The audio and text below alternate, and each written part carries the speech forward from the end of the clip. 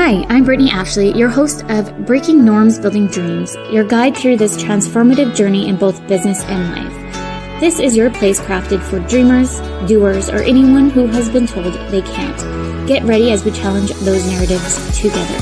You're tuning in live to the United Public Radio Network, airing on 105.3 and 107.7 FM in New Orleans. We are streaming on all the popular platforms every Monday at 3 p.m. Eastern Standard Time. Join me for a candid and thought-provoking conversation celebrating your unique journey because you are worth it. Hello, everyone. Happy Monday. I am so excited to be here today. Last week didn't work out with Annabelle, unfortunately. We had severe windstorms here in Victoria. So unfortunately, the show didn't go on, but she will be back. So no stress there, because I know I had to promote it and we had to take last minute break and reshift everything. But that's what happens with technology if it doesn't work.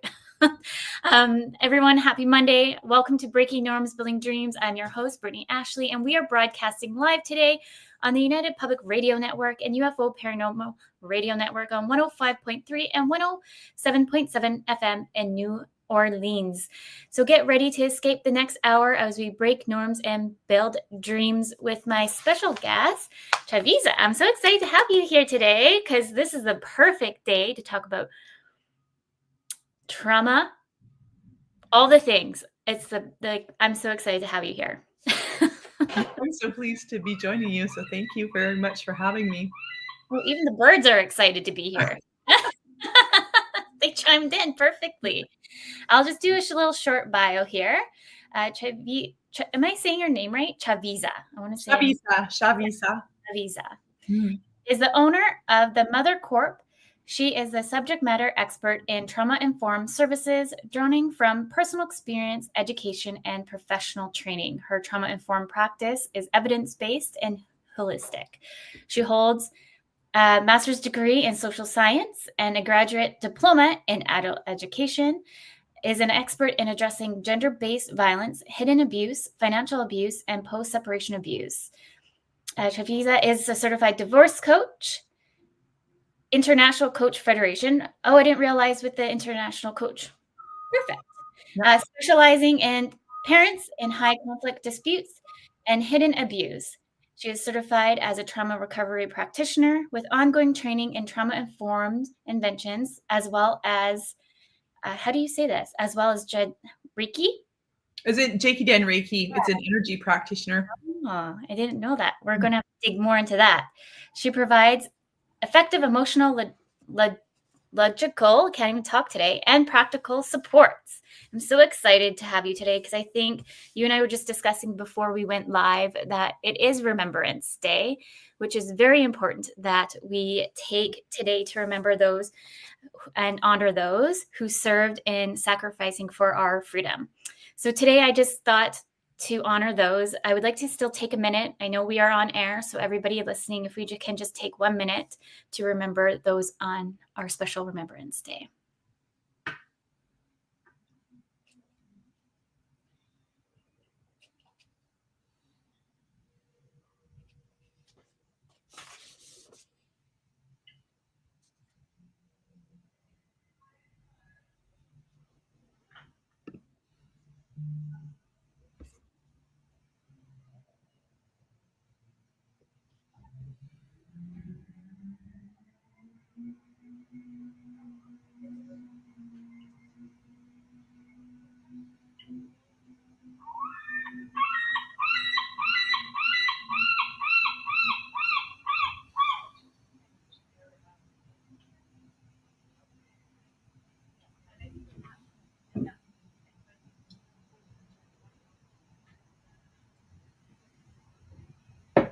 Thank you, everyone. I had a stopwatch to make sure that we did the 1 minute.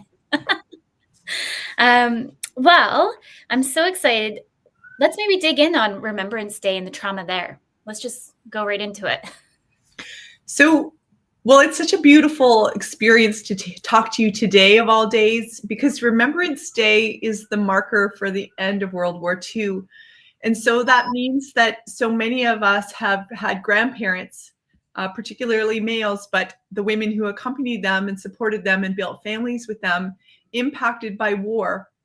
And so World War II is a good representative of how intergenerational trauma works, right? Because the dynamics of these men coming back from atrocities and then trying to rebuild normal lives and recommence relationships and have families with that sort of often frequently unprocessed trauma. What that meant is that went into family systems, and that created and commenced in those circumstances the beginning of maybe some unusual relationship. So I can give an example from my family, like someone who goes into rage, or someone who goes into like black rage, where it's like the family goes off to give this person a lot of space. And that's actually, like, I always thought about it in my family as that was a behavior, but actually what that was is trauma showing up, unaddressed trauma showing up. And so families learn to mitigate and navigate as people start to try and manage these unaddressed traumas. And so they come down through family lines. And so when we think of them, we think, oh, my grandparents had tics and quirks, and they had strange behaviors, and there were some strange family relationships. We don't really get our finger on the pulse. But actually, if we look carefully and we think, this is a generation of men who came home from atrocities, there's very likely intergenerational trauma that's impacted probably the majority of families. And this is just part of what we deem normal, or just how our families are. But so this is a beautiful opportunity to have this discussion today. I'm actually doing a course. I didn't even have a chance to tell you this, but I'm actually doing a course, Trauma with Money. And right now we're kind of digging into the root of at like child trauma to the gene trauma. What does that mean? So I just love to hear more from you. Like, maybe we can just start from, what is trauma? Like we don't have to give like the dictionary term, but just for anybody listening, maybe we can kind of break that down, because there's so many different ways that it can go. So trauma is, what's interesting about trauma is it can be a single occurrence or multiple occurrences. And so it's something that overwhelms the system, that overwhelms the normal adaptation to be able to cope. So I'll give you an example of a single event, like a car accident, or a violence on the street, or an extended experience, something like violence in the home, or gender-based violence that's ongoing, or even going through extensive litigation towards getting separated. Those are different kinds of traumas, but basically they overwhelm the human adaptation to be able to incorporate into day-to-day life. And trauma often evokes feelings of helplessness and terror that overwhelms the system. And so what's interesting about trauma is, let's say you and I have the same traumatic experience, Brittany. You might bounce back perfectly fine and just keep going with your life. And I might feel a significant impact from that trauma for days and weeks and months and years. So how people respond to trauma is very individuated. And so basically it has to be understood in context. Yeah.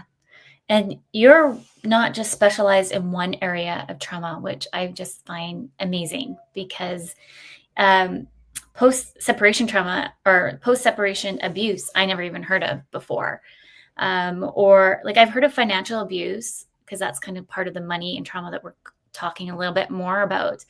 But do you find like one shows up more than the other? Or how does trauma show up? I know you said individually and it's such a range, but I want to maybe go back to the questions. How common is it? Well, this is a great question. And this is where I do a lot of my work, is around de-stigmatizing trauma. So my background, I have a master's degree and a graduate diploma. And then I'm also, as you said, a certified divorce coach, and I'm certified in trauma recovery. But I always like to do my practice evidence-based. So I love reading theory.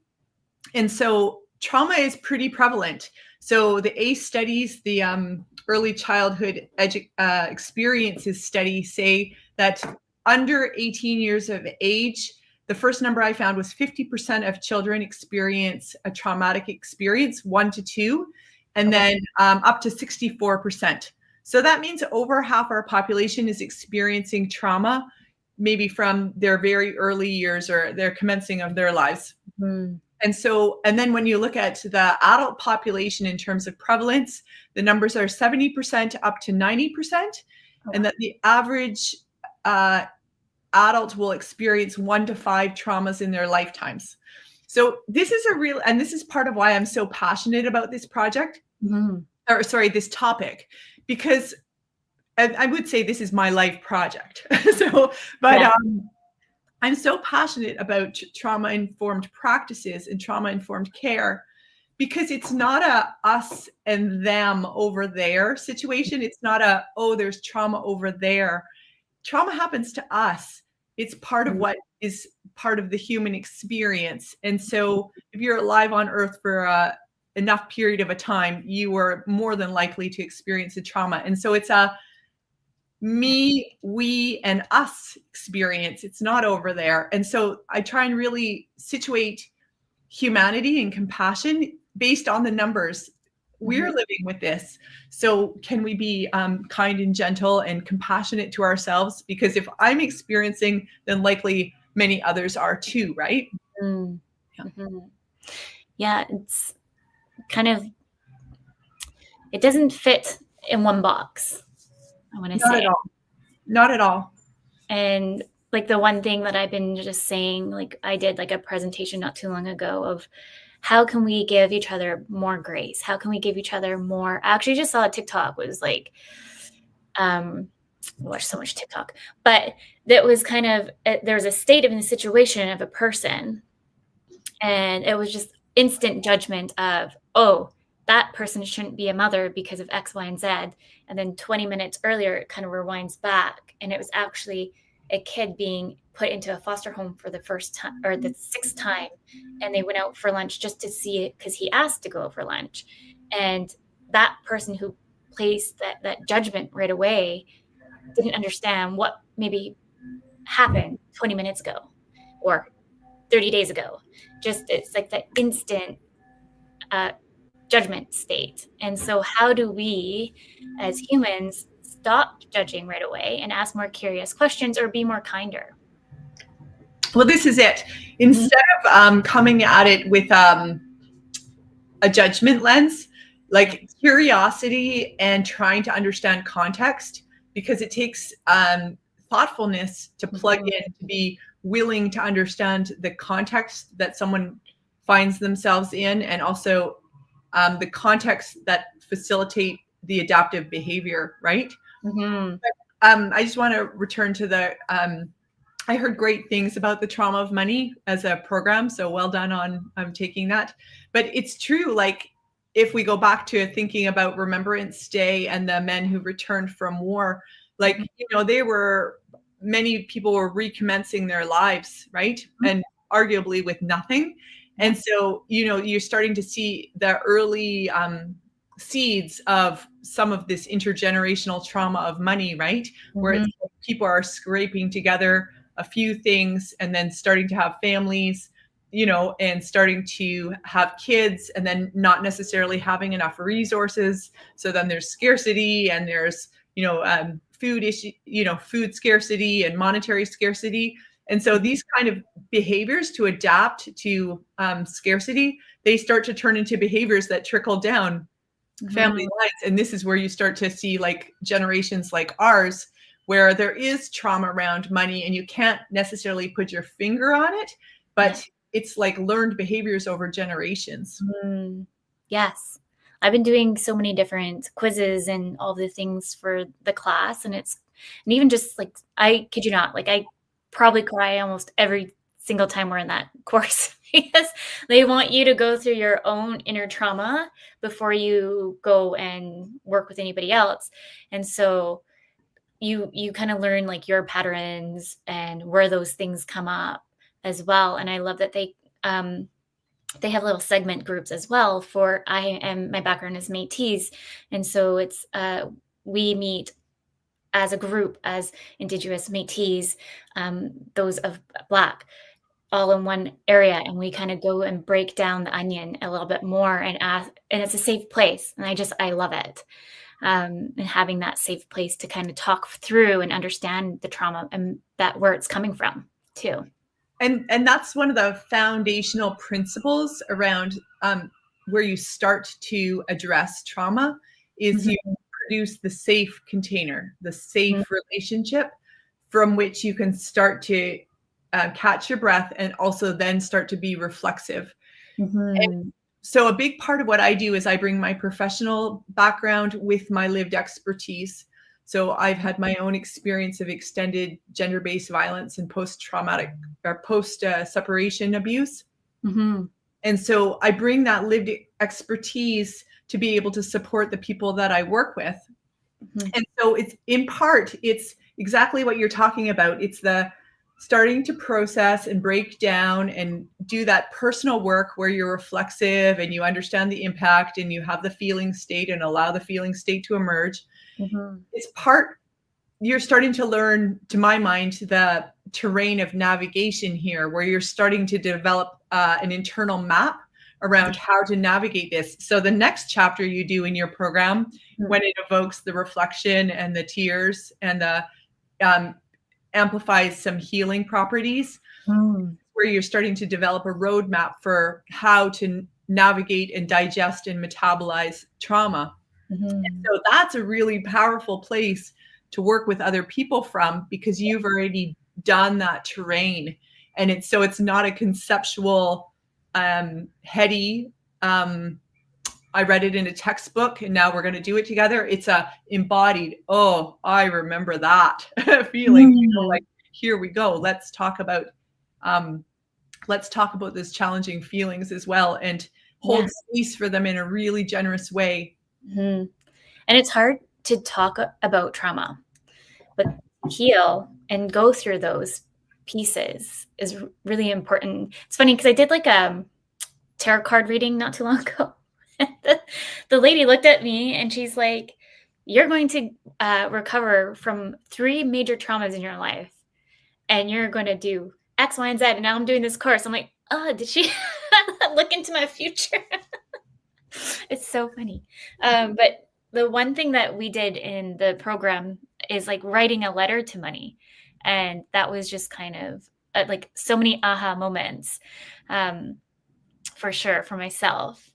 I wanted to ask you, is there maybe some common misunderstandings that people have about trauma and who it affects? Absolutely.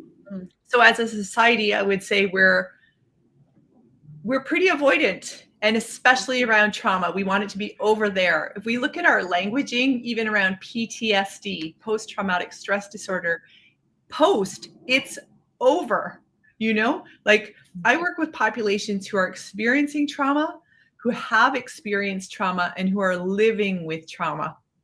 It's Mhm. not post for the people that I serve. They are going through trauma. And so as a society, I think there's almost like an insistence. Yeah. I am uncomfortable with, or like, I think as a societal voice, it's like we're uncomfortable with trauma and we want it over there in the past.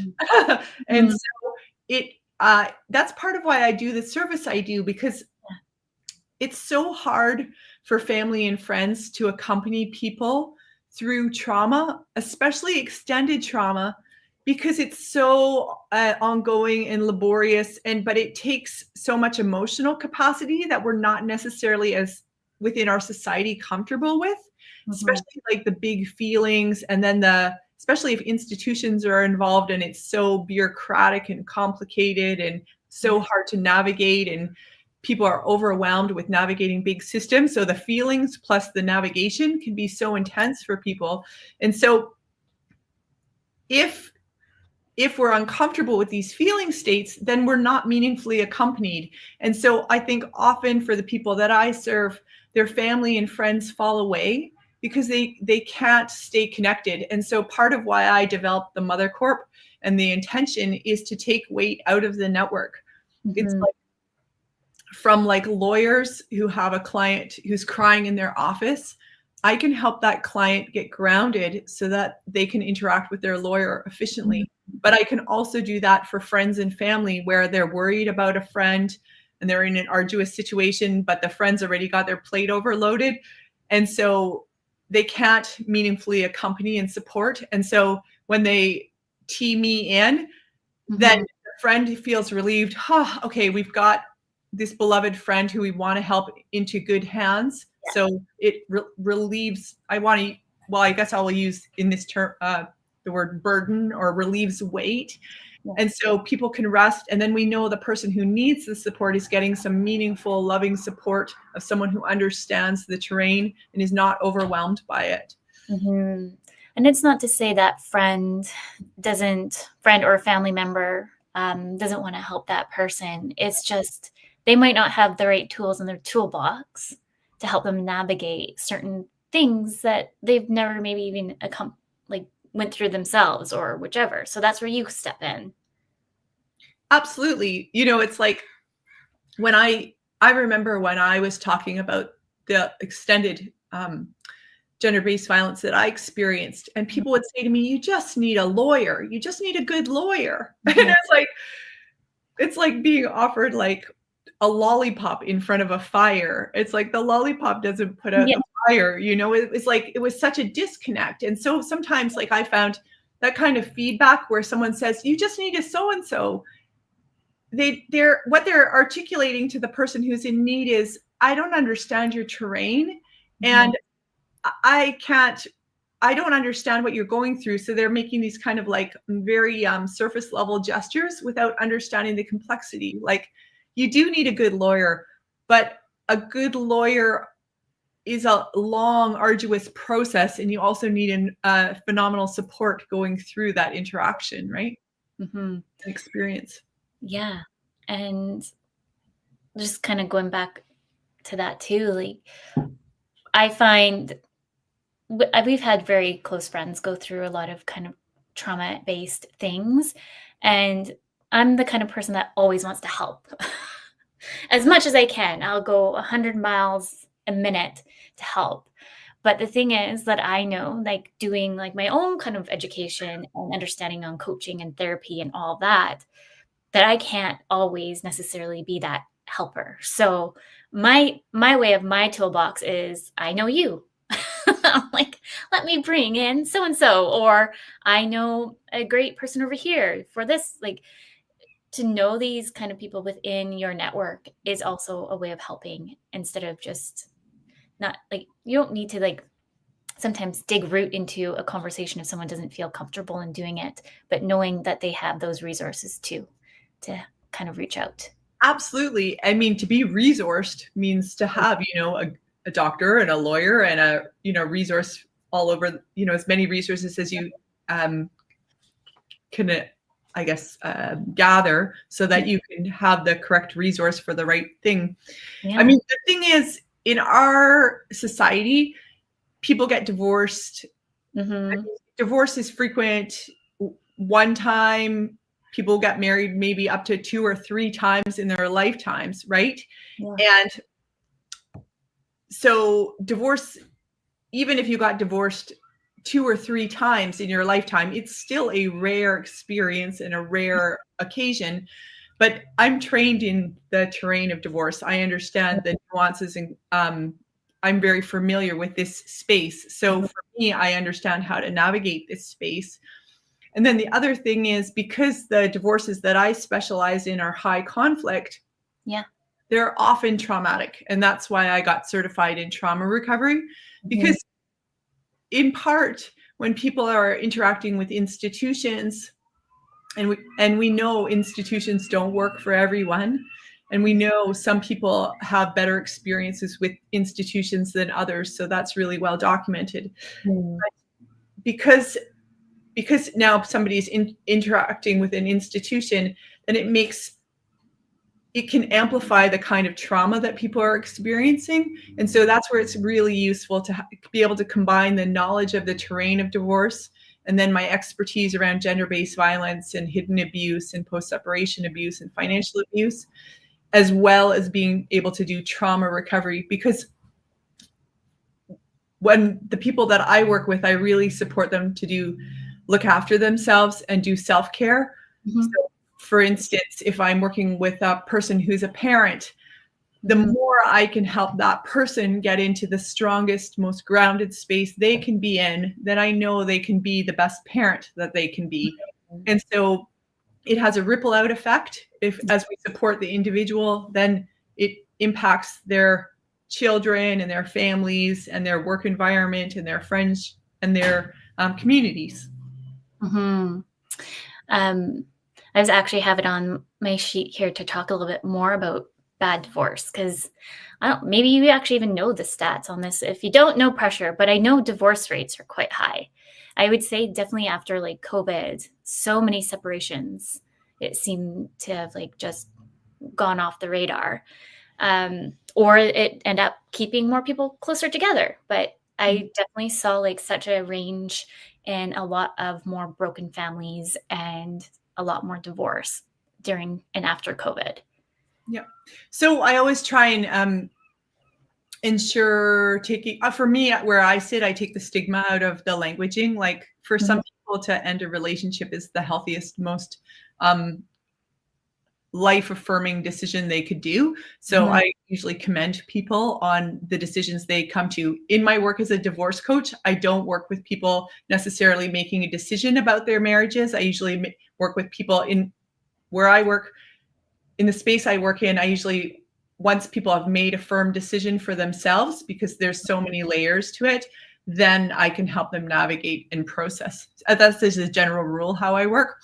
But that's a bit different if there's abuse involved. So then I can help people navigate earlier. Um, Now I've lost my train of thought. There's somebody that just left a comment. Unfortunately, I can't see your name because it's not rendering Facebook for me, but um, it says that I've seen so many friends and long-term partnerships in the last year. So thanks. Okay, so thanks for bringing me back on topic. So Mhm. the numbers, I don't have the stats in front of me, but it's like half of marriages end in divorce. Second marriages higher, 60% in Canada, 67% in the US for second marriages, and third marriages 73%, I want to say. And the reason why those like those second and third marriages have more pressures is Mhm. that often there's other relationship configurations. There's kids, there's co-parenting, there's blending families, there's what happens if the two kids are fighting incessantly. So there's a lot more tensions onto the relationship structure, and also people who are onto their next marriage often have more there's some more pressures in terms of compatibility. Again, like I can say as a co-parent, I have a Yeah. very particular schedule, so it makes different challenges for dating. Um, so I do think there's um, relationships, the numbers, those are the stats for relationships breaking down. And then the population that I'm specialized in is high conflict divorces. And so the data on our side, I don't have the exact numbers with me, but the numbers are that a subset of divorces, okay, so I think it was 23% end because there's abuse in the marriage Mhm. or abuse in the relationship. And then of those, it's like somewhere between, I think, 8 and 12% go to, or 10 and 15% go to extended litigation. And that litigation is usually around children and access and custody. So to me, that says these are parents who are going through these long, extended court Yeah. situations. And then of those, 8 to 12% are high conflict repeat litigation for years and years and years. So that's the subset that I specialize in. Mhm. As some, my parents are divorced, and for somebody who has, I think they were going to court until I was like 22. Like I can't even remember. Which, looking back on it now, like in my late 30s, but I'm like, that's just bananas to me.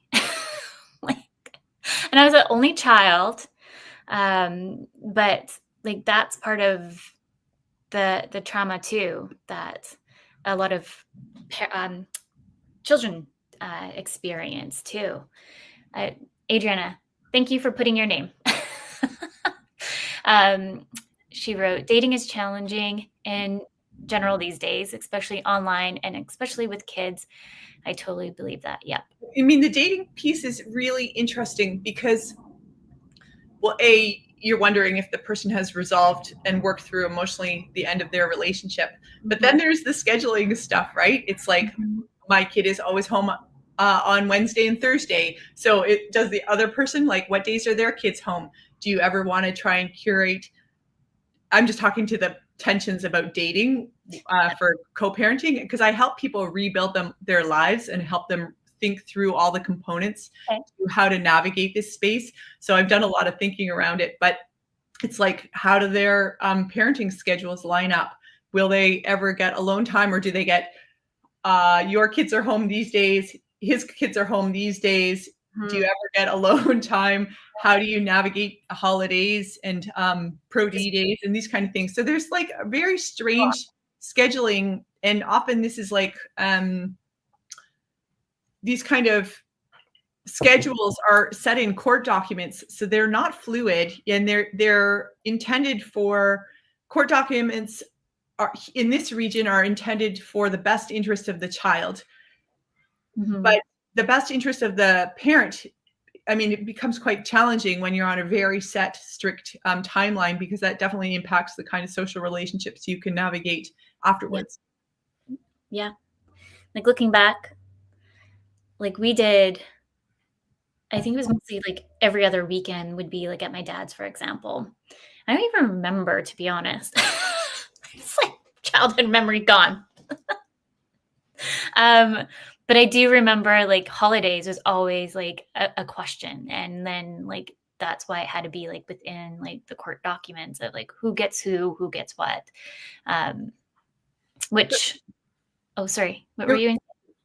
Sorry, I'll let you finish your idea. Oh, I completely lost track.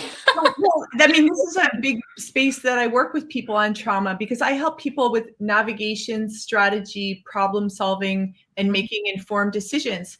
And so if you've gone from a house of 2 adults with children, and now you're going into separate houses and looking at a potential, often a co-parenting arrangement, then it's like, okay, we want to, ideally people come to me earlier than later, because then I can help them think through all the parenting pieces so that they can think through, okay, how does the hockey equipment get from house to house to house?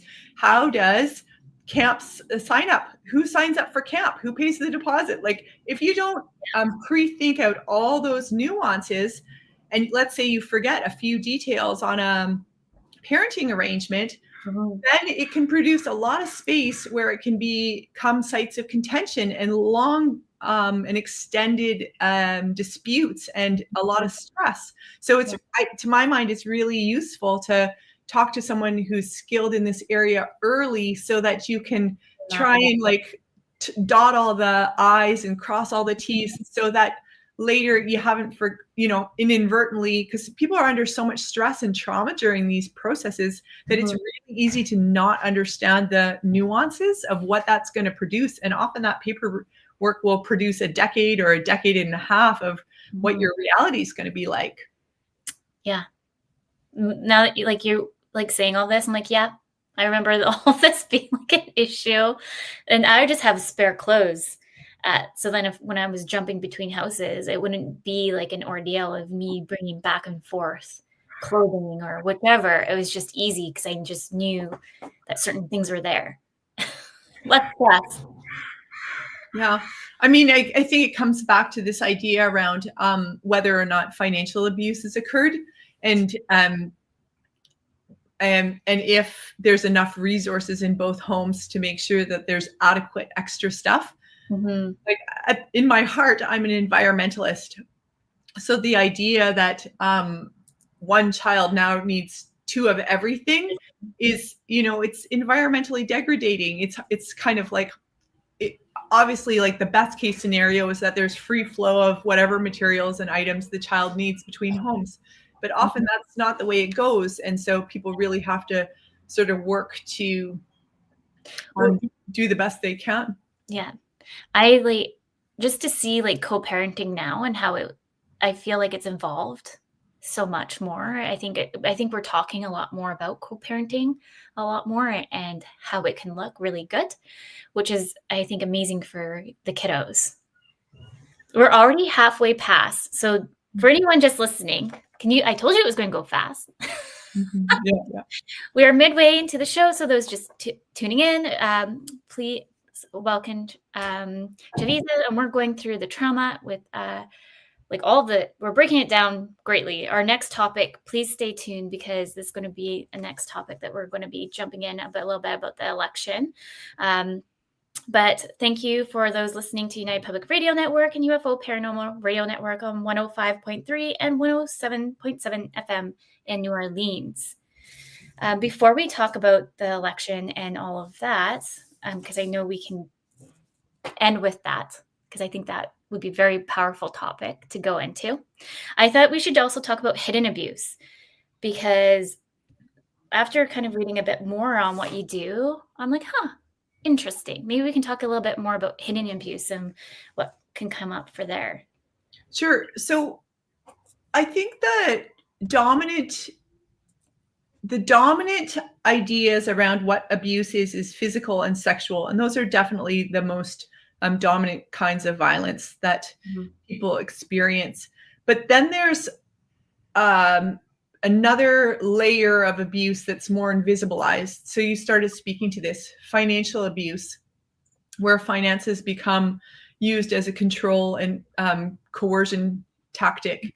Other examples, well, control and coercion. And in the Canadian context, the federal government is now looking at a bill to address control and coercion. So it's a pretty substantive area. So other areas are for hidden abuse, like we've been alluding to, where things become long drawn out litigation. So the example that you gave of your parents going to court until you were in your early 20s, like this kind of extended litigation definitely has a traumatic impact on people. And so often, it's one thing to have a legal issue and go to court and get it resolved, and then it's resolved. But it's another where these litigations go on and on and on and on. I can say in my own experience, like my divorce took 4 years to be approved. And I got my divorce paperwork got rejected by the Supreme Court on 3 occasions. So again, it's like, because there wasn't all the proper safety mechanisms in the document, and because both parties have to sign, right? So if it's not agreed on and signed off on, then it stays in the court system for an arduous period of time. And it can become very power imbalanced, because especially with litigation, because litigation is very much about who has resources. Lawyers are expensive. To go to court is expensive. To go to trial is very expensive.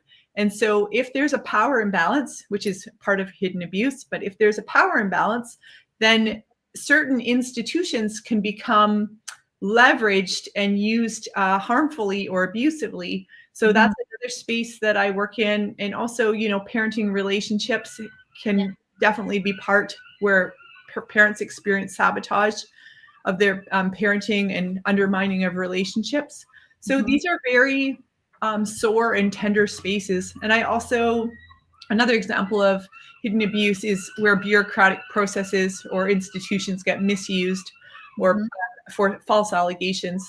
And luckily, what I'm seeing in this region is that some institutions are very mindful. Like I'm seeing here large institutions who no longer allow anonymous reporting, because they know that so frequently the reports are not accurate safety concerns. They are a space to make things more challenging for the targeted person.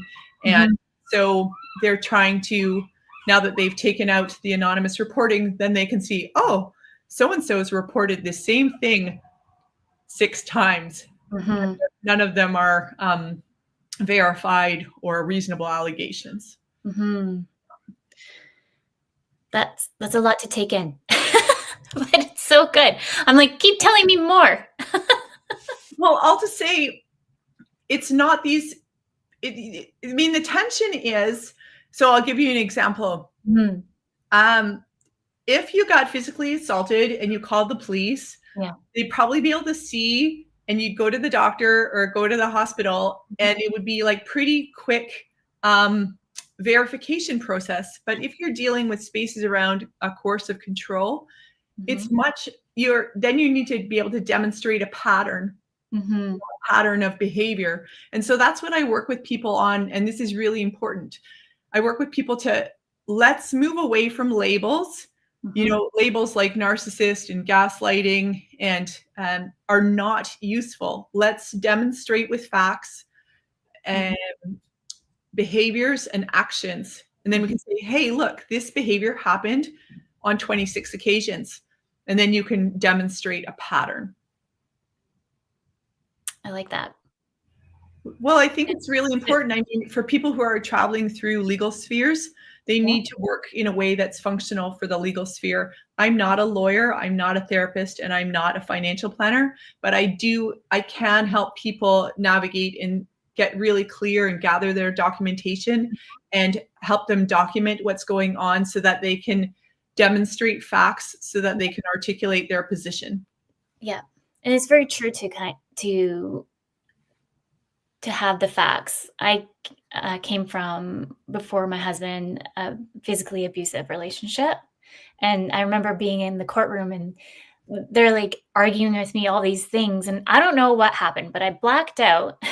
And I remember being like, I just listed all the facts and the dates. Like, I don't even remember where I remembered it from. And then I looked at the judge and it was like, kind of like at that point was like, case closed. Like, we're done. She like was in the right, standing up for herself and da da da. Like, so I was just like, I don't know what happened, but I remember stating all the facts very specifically and not trying to pinpoint being like, oh, he's narcissistic. And so we need to just, you know what I mean? Like, Yeah, yeah. I mean, well, it sounds like you had a trauma, and so just to acknowledge that, like, it sounds like your body was responding to trauma, and also to commend you on it. It is super important to be able to demonstrate facts and use Mhm. facts to articulate your position because facts and labels are worlds apart, and Yeah. labels don't help people advance their cases and get to safety. Yeah. But facts do. And facts are what's needed to move effectively through institutions. And that's a lot of what I help people with is to be efficient and effective so they can bring their messiness to me. And I'm happy to have people cry and grieve and rage, whatever the big feelings are.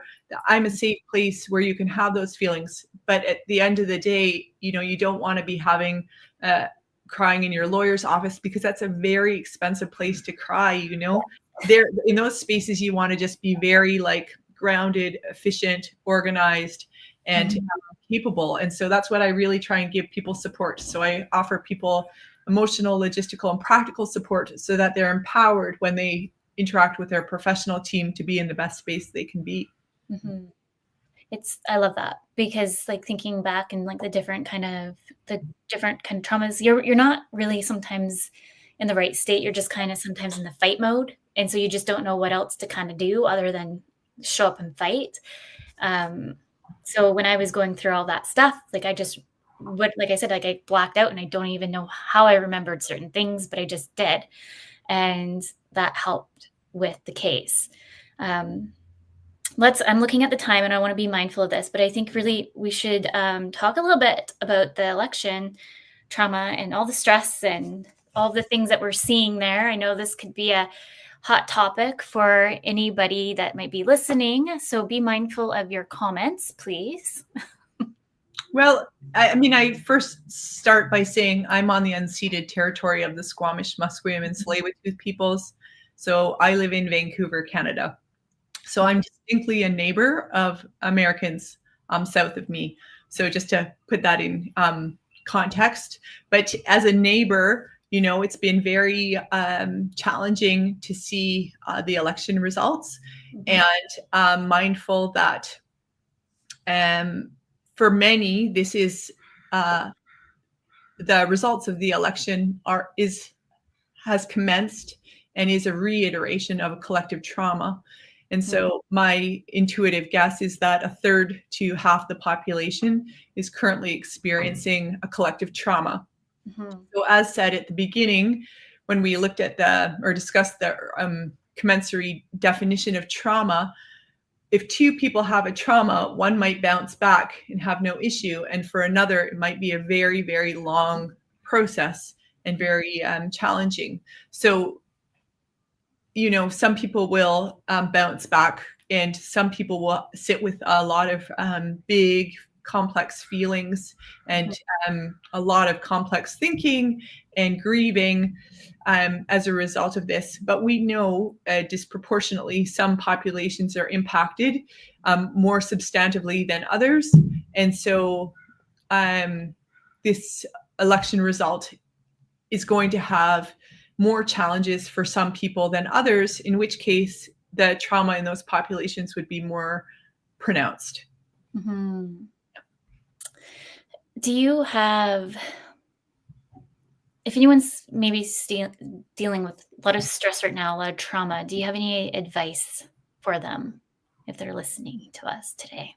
So I always start with myself. This is the sphere that I can manage.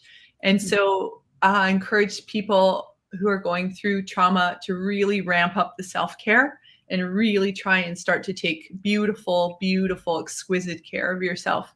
So that means, sitting and having your water with regularity. And I'm not trying to simplify what it is, but I do think as humans who have to eat a number of times a day and have to go to the washroom a number of times a day and have to drink a number of times a day, how can we take these basic things that help us sustain ourselves? How can we turn them and make them from an average behavior to a next level self-care behavior?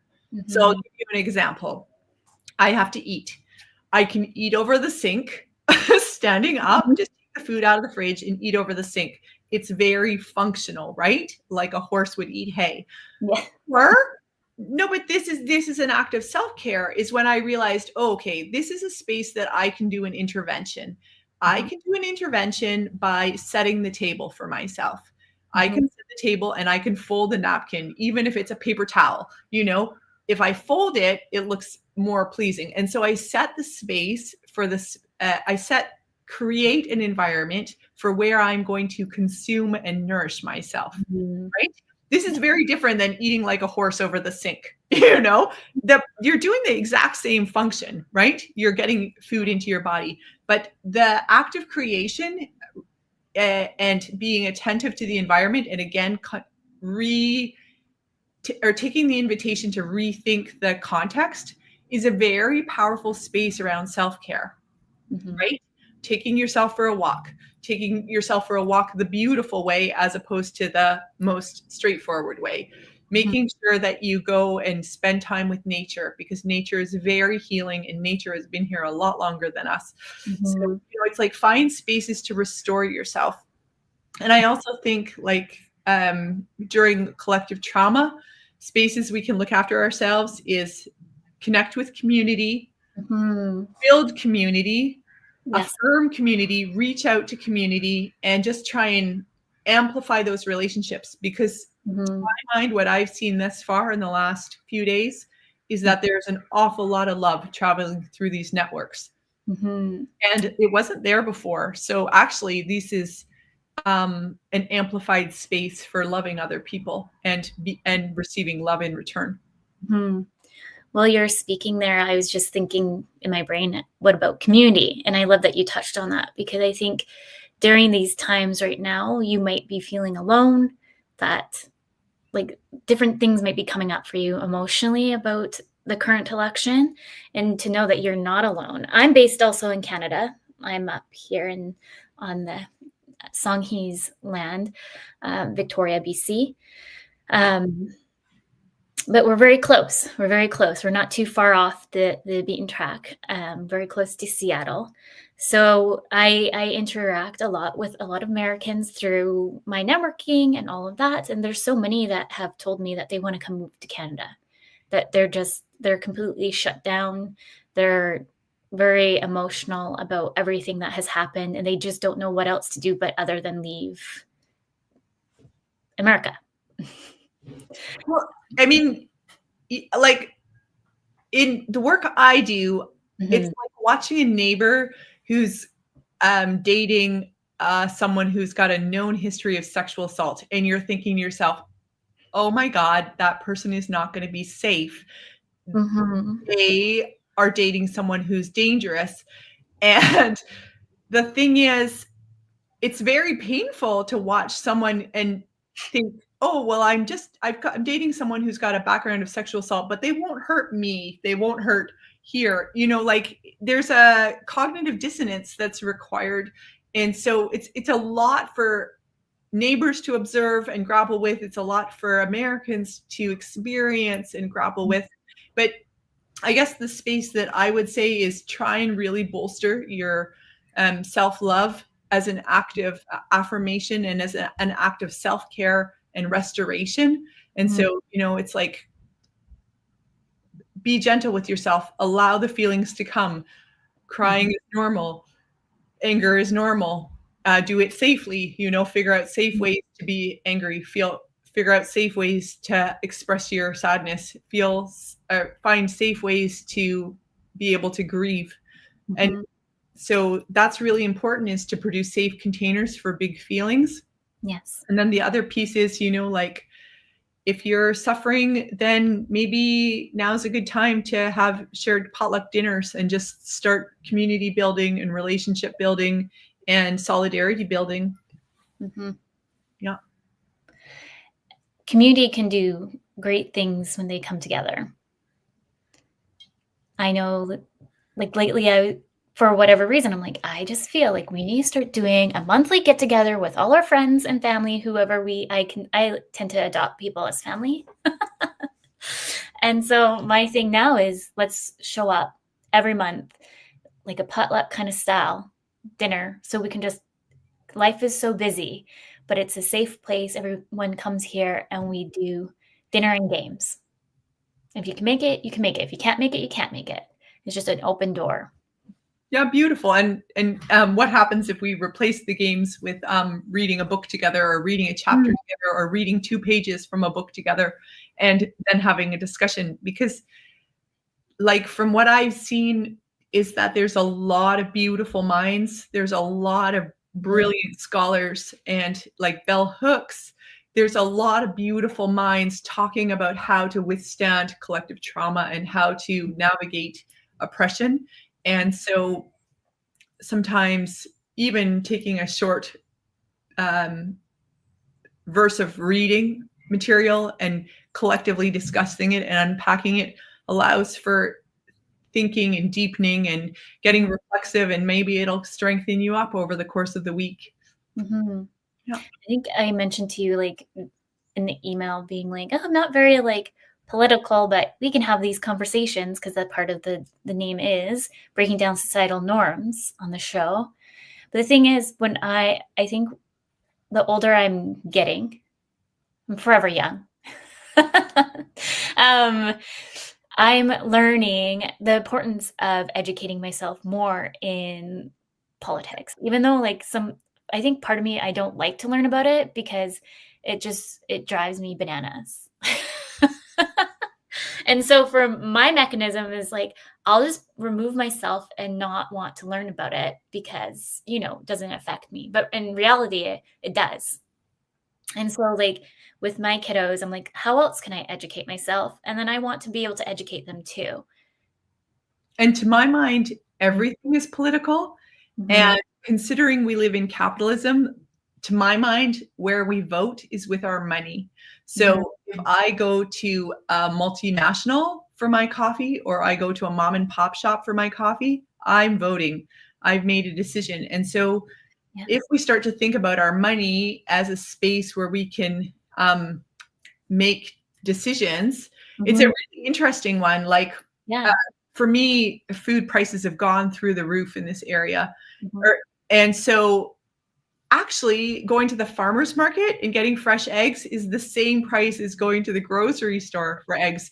So once they're the same price in this region, then if I go buy from the woman who's got the chickens, that's a political decision. Yeah. And that's actually a really beautiful place to sit, because that's where we do have our power, right? Yeah. With that. Yes. I'm just looking at the time here, and I want to make sure we talk about your 2 different opt-ins. So you have one for individuals. Maybe you want to talk about that one here that's on the screen for anybody looking. It's at or anybody listening, I should say, www.themothercorp.com. When they go into your website, is there just like a pop-in? The absolute top of my website, there's a header. It says freebies for professionals, freebies for individuals. So for individuals, I have a freebie that's top tips on self-care, holistic self-care. So it's moving away from this kind of like bubble bath solutions for self-care and more into fundamental holistic self-care. And so there's some top tips there. So please feel free to grab that. And then for professionals, it's I think it's a 7-page document, a guide on how to make trauma-informed workplaces. Because as I was saying before, in terms of prevalence, trauma affects us as people. And so we have long relationships with our workplaces. And so indeed, over time, workplaces are impacted by trauma. And so becoming trauma informed, especially for professionals and for workforces, this allows workplaces to be more holistic. But once you take care of people really well, what it ends up doing is it amplifies your workforce, because people are more connected, engaged, they feel cared for, and that means they bring more energy, more focus, and more ability to bring their creative and intellectual capacity to advancing the workplace. So please feel free to grab both of those. I like that you brought that up, because I know we're a little bit more focused today on individually trauma, but I like thinking more of the workplace, because it's so true. I worked in a very toxic work environment, and so knowing that you do this as well is amazing. I love being able to meld my mind with my heart. And so when I serve both populations of professionals and individuals, they make use of all of my talent set, which is so beautiful to experience. Yes, I love that. I have that. If anyone's watching on YouTube here is for the professional and workplace information. So then you can opt in there. And then I'm just going to search back for the individuals. I can't have 2 on the same time. Beautiful. Well. So my website's themothercorp.com, and people are welcome to find me there. I'd love it if you joined my mailing list. That way we can stay connected. And please feel free to reach out. I always give complimentary 20 to 30-minute comp calls for people if they want to work one-on-one. And that allows me to have a conversation with them and understand the situation they're dealing with and ensure that it's a good fit. I always try and ensure that I work with people where I can be very effective with them. So if I'm not able to serve you, then I'll give resources and direct people to an appropriate resource. But I want to be able to really love and serve the people that I work with. I love that. I love that you came on the show today. We'll have you back next year. Can you believe we're already in like 20? My brain can't comprehend that we're almost in 2025. But definitely, I think maybe we can talk a bit about have you back on the workplace trauma and all of that. I think it would be good for others to kind of learn a bit more of that. For everybody listening, thank you so much for tuning into Breaking Norms, Building Dreams. And a big thank you also to the United Public Radio Network, Paranormal Radio Network. Next week, please tune in at 12 Pacific Standard Time, 3 Eastern Time. And we have another special guest. Again, thank you so much, Chavisa, to come on today. Such a pleasure. It's been such a lovely conversation. Thank you. And thanks for having me on this particularly special day. Yes.